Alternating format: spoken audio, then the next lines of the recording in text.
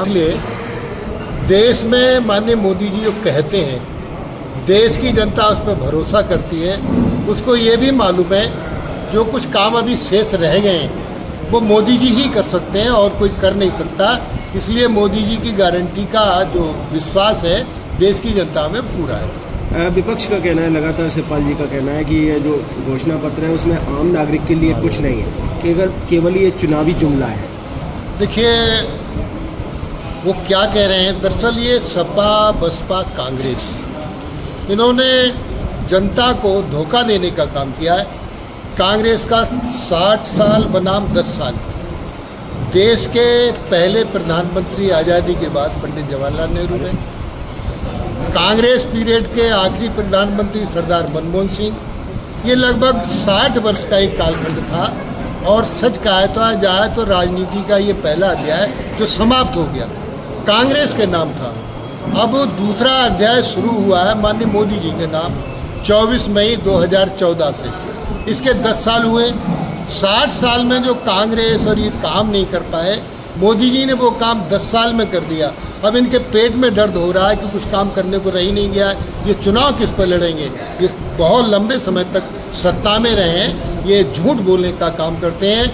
आज देश की जनता मोदी जी के साथ खड़ी है, भारतीय जनता पार्टी के साथ खड़ी है, इसलिए देश आगे बढ़ा। मंत्री जी, आज धर्मेंद्र यादव जो है आदित्य यादव के नॉमिनेशन में आए, उन्होंने कहा कि बीजेपी को अपने पिछले घोषणा पत्र भी याद रखने चाहिए कि बीजेपी ने जो पहले घोषणा पत्र जारी किए थे उनका कोई काम अब तक पूरा नहीं कर पाए। बताते भारतीय जनता पार्टी ने बहुत समय से कहा था धारा 370 खत्म करेंगे, धारा 370 खत्म हो गई।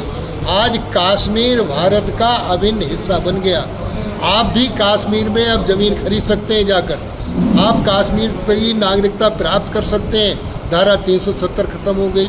ये सभी दल मिलकर अयोध्या में राम जन्मभूमि का निर्माण होना नहीं चाहते थे, अब राम जन्मभूमि का भी निर्माण हो गया।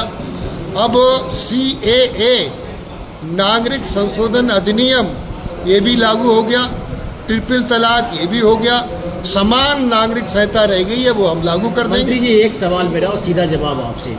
शिवपाल सिंह यादव का नाम अनाउंस हुआ बदायूं से, आदित्य यादव का नामांकन आज हो गया, उनके परिवार में राजनीतिक एंट्री एक और हो चुकी है। जिस तरीके से आप लगातार हमलावर थे कि समाजवादी पार्टी परिवारवाद की बात करती है, लेकिन आज एक नया प्रत्याशी उन्होंने दिया है, आदित्य यादव को भी सक्रिय राजनीति में एंटर कर दिया है, इस पर क्या कहेंगे? देखिए सच में जो PDA का जो नाम लेते हैं, परिवार डेवलपमेंट अथॉरिटी, बिल्कुल यथार्थ है, बिल्कुल यथार्थ है। ये अपने परिवार को लाकर कैसे मजबूत कर सकते हैं? अब ये वो अपने डेवलपमेंट करने के लिए और यादवों में भी इनको सबसे पहले अपना परिवार, इसके बाद कहीं और देखेंगे। तो ये सब परिवार की राजनीति, और इसमें बदायूं की जनता बहुत समझदार है। यहाँ पर भारतीय जनता पार्टी के प्रत्याशी रिकॉर्ड मतों से विजय प्राप्त करने जा रहा है। एक सवाल मंत्री जी और था आपसे। एक अखबार में अभी खबर कुछ दिन पहले चली, कल एक और खबर जीरो टॉलरेंस की नीति पे की बात करती है भाजपा, लेकिन बरेली में एक नेता को शामिल किया गया, कल बदायूं में एक नेता को शामिल किया गया। तमाम सवाल खड़े कर रहे हैं उसको तमाम लोग, इसको कैसे देखते हैं? जीरो टॉलरेंस की नीति से भाजपा अलग जा रही?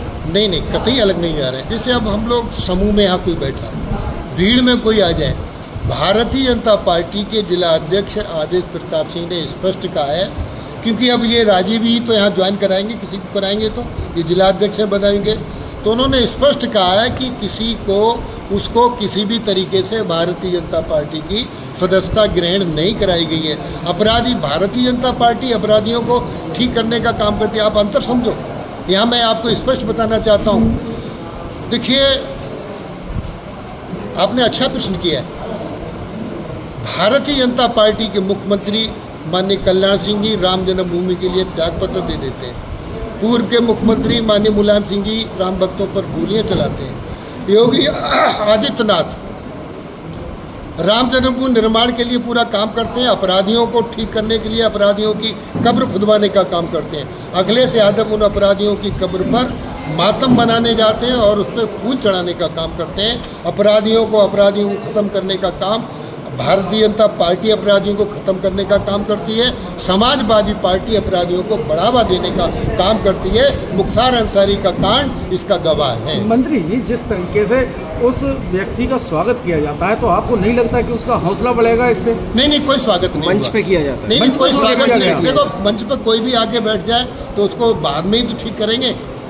वो कोई स्वागत नहीं है, पार्टी में वो सम्मिलित नहीं है। अच्छा, वन नेशन वन इलेक्शन की बात आपने की, तो क्या लगता है कि इस बार क्या 27 वाला चुनाव नहीं होके क्या 29 में इकट्ठा चुनाव होगा? विधानसभा और लोकसभा एक साथ होंगे क्या? देखिए, धीरे धीरे कर हम इस पर आ रहे हैं और आगे वन नेशन वन इलेक्शन काम करेंगे। मंत्री जी, एक एसटी हसन जो एक नाम है, नेता हैं, उन्होंने कहा कि यूसीसी पर हम सहमत नहीं हैं, हम यूसीसी के नियम नहीं मानेंगे, जो शरीयत कहती है वो मानेंगे, जो कुरान कहता है वो मानेंगे। मित्रों, भारतीय जनता पार्टी माननीय मोदी जी ने कहा सबका साथ, सबका विकास, सबका प्रयास और सबका विश्वास। ये देश सबका है, हिंदू मुस्लिम सिख ईसाई सबका है। देश के प्रति भावना, देश की राष्ट्रीयता के साथ जो चलेगा वो देश का है, जो राष्ट्रीयता की भावना नहीं रखेगा वो देश का विरोधी है। धन्यवाद। समाजवादी पार्टी लगातार ये कह रही है कि लोकतंत्र बचाओ। क्या लोकतंत्र को कोई खतरा? लोकतंत्र को लूटने वाले तो यही हैं,